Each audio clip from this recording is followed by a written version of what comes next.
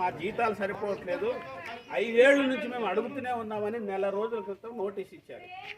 మేము హామీ ఇచ్చారు, మేము చేస్తామని చెప్పారు.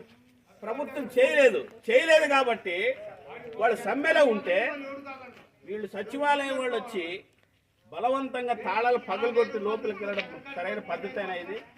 రేపు ఏమైనా అందులో ఏమైనా పోతే ఎవరు బాధ్యత వహిస్తారు? వీళ్ళే కదా అనేది, వీళ్ళు బాధ్యత వహిస్తారా వీళ్ళు? కాబట్టి వాళ్ళకు మద్దతుగా మనం కూడా ఉన్నాం. అంతెందుకు ఈ సచివాలయ ఉద్యోగులు వీళ్ళకి రేపు కష్టాలు రావా? వీళ్ళ కోసం ఇతరులు మాట్లాడరా? ఇప్పుడు గ్రామ సేవకుల కోసం అందరూ మాట్లాడరా?